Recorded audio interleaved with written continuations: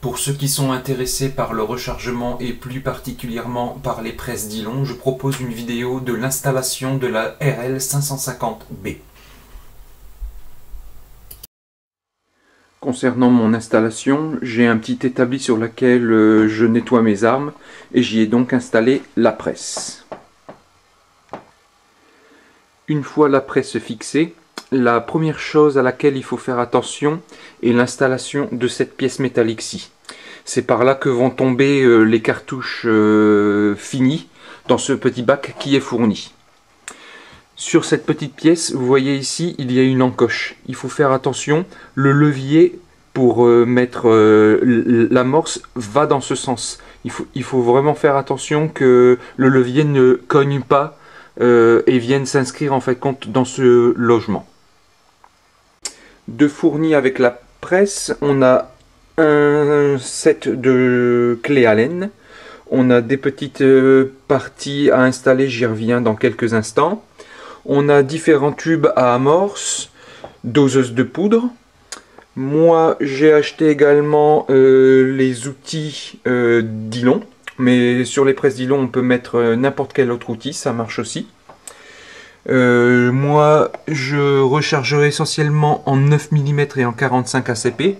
J'installerai le 9 mm dans la vidéo. Vous voyez ici, j'ai un deuxième porte-outil avec une deuxième doseuse. En fin de compte, le porte-outil, je reviens sur la presse, ici, donc c'est une tourelle à 4 postes.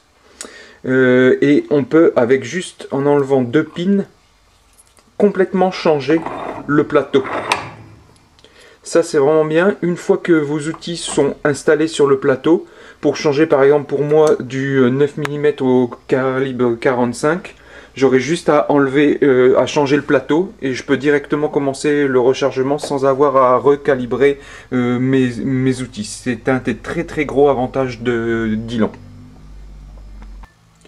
Donc je parlais du porte-outil, il y a 4 postes. Le premier poste sert à désamorcer et par en dessous on remet la nouvelle amorce.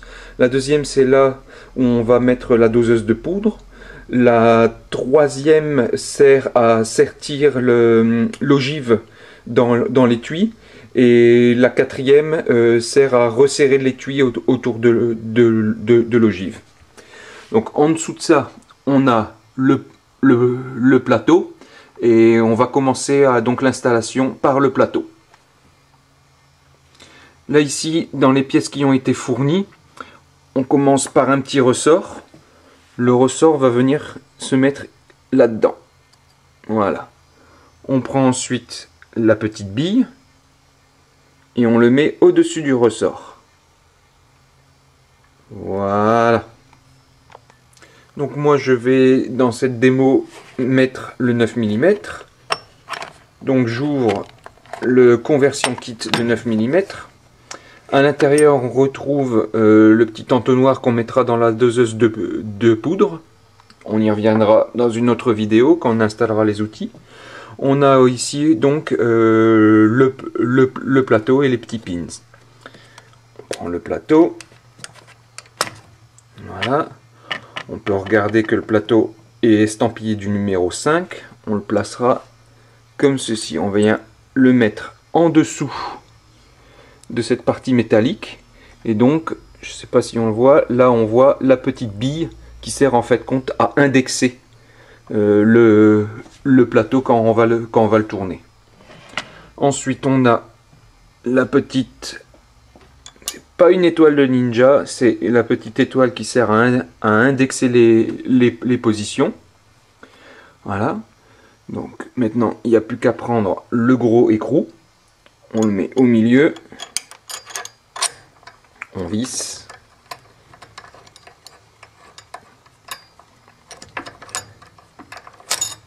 Donc j'ai serré la vis avec la clé Allen, je suis allé quasiment au bout, il ne faut pas mettre trop de force non plus.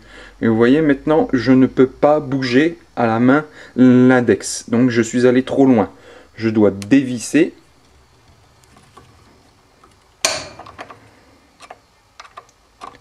Voilà.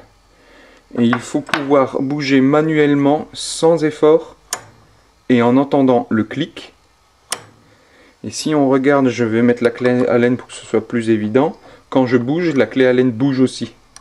Donc ça, c'est pas bon. Et ça c'est la petite vis qui se trouve là.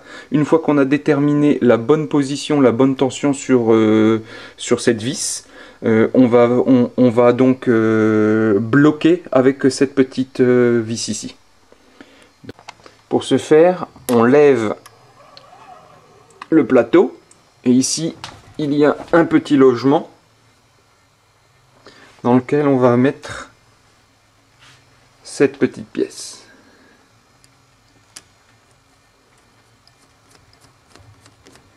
Voilà. Donc on termine avec la clé Allen. Donc voilà, j'ai ajusté ici la force sur cette vis. Ensuite, j'ai vissé celle-ci. Et donc maintenant, je peux voir, clac, voilà. Ça tourne et ça clique à chaque fois. Là, c'est bon signe, c'est bien installé.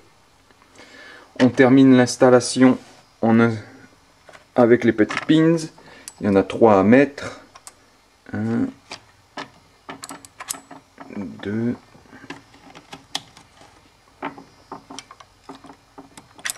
et 3. Voilà, l'installation du plateau est terminée. On va maintenant s'attaquer à la partie amorce. Donc, on a une barre qui est terminée ici par une petite pièce qui va venir sertir les amorces dans les étuis. Donc il y a fourni avec la presse 2 barres comme ça. Une pour les larges amorces, une pour les petites amorces. C'est facile, il y a un code de couleur. Les amorces larges, c'est de couleur argentée, et pour les petites amorces, c'est de couleur dorée. Donc moi je l'ai déjà installé, mais je vous refais la démo. En dessous, on a un petit ressort, on l'enlève. On peut remonter le plateau, et là maintenant la barre peut coulisser, mais on peut toujours pas l'enlever. Ce qu'il faut,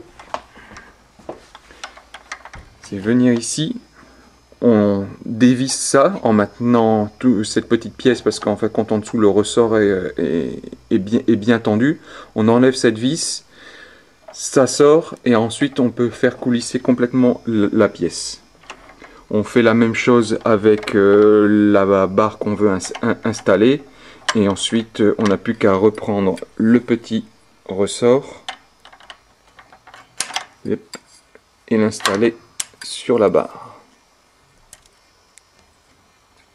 À une main, c'est pas facile. Voilà. Maintenant, sur cette partie ici, il y a une encoche. On va y venir avec cette barre. On la met. Voilà. Et maintenant, il va falloir venir mettre cette place là, ici derrière. Donc je vais poser la caméra, je le fais. Voilà, c'est installé. À une main, je ne pouvais pas le faire, désolé. Donc ici, la barre repose bien sur la petite roulette, et on vérifie, on monte. Voilà. Ça vient sans problème. Donc à chaque fois qu'on bouge la manette, on voit que la barre vient vers l'arrière, ça prend une nouvelle amorce, ça va en dessous du plateau, ici ça ressort, et donc l'amorce est sertie ensuite en poussant le levier, et sertie dans l'étui. Voilà. Donc, concernant le tube à amorce, on va sur le petit réservoir à amorce, on enlève cette pièce, et à l'intérieur on a donc le tube contenant les amorces. Il y a un code de couleur, le bleu c'est pour les petites amorces, donc pour le 9 mm c'est parfait, et vous voyez il y a un petit relief, donc il faut juste venir dedans et aller l'enclencher. Voilà, clac, c'est bon, c'est fait. On revisse. Il y a aussi l'alarme. On glisse le tube de l'alarme dedans. Glisse, voilà. Donc c'est une alarme qui marche avec une pile. Le logement est ici. Ça fait, c'est lorsque il y a encore des amorces, le tube est en haut. Au fur et à mesure qu'on utilise les amorces, le tube descend. Et une fois qu'il fait contact ici, il y a un signal sonore, un petit bip. Et je vais vous le faire entendre. J'ai installé la pile. Donc le niveau d'amorce baisse et ensuite, quand il n'y en a plus,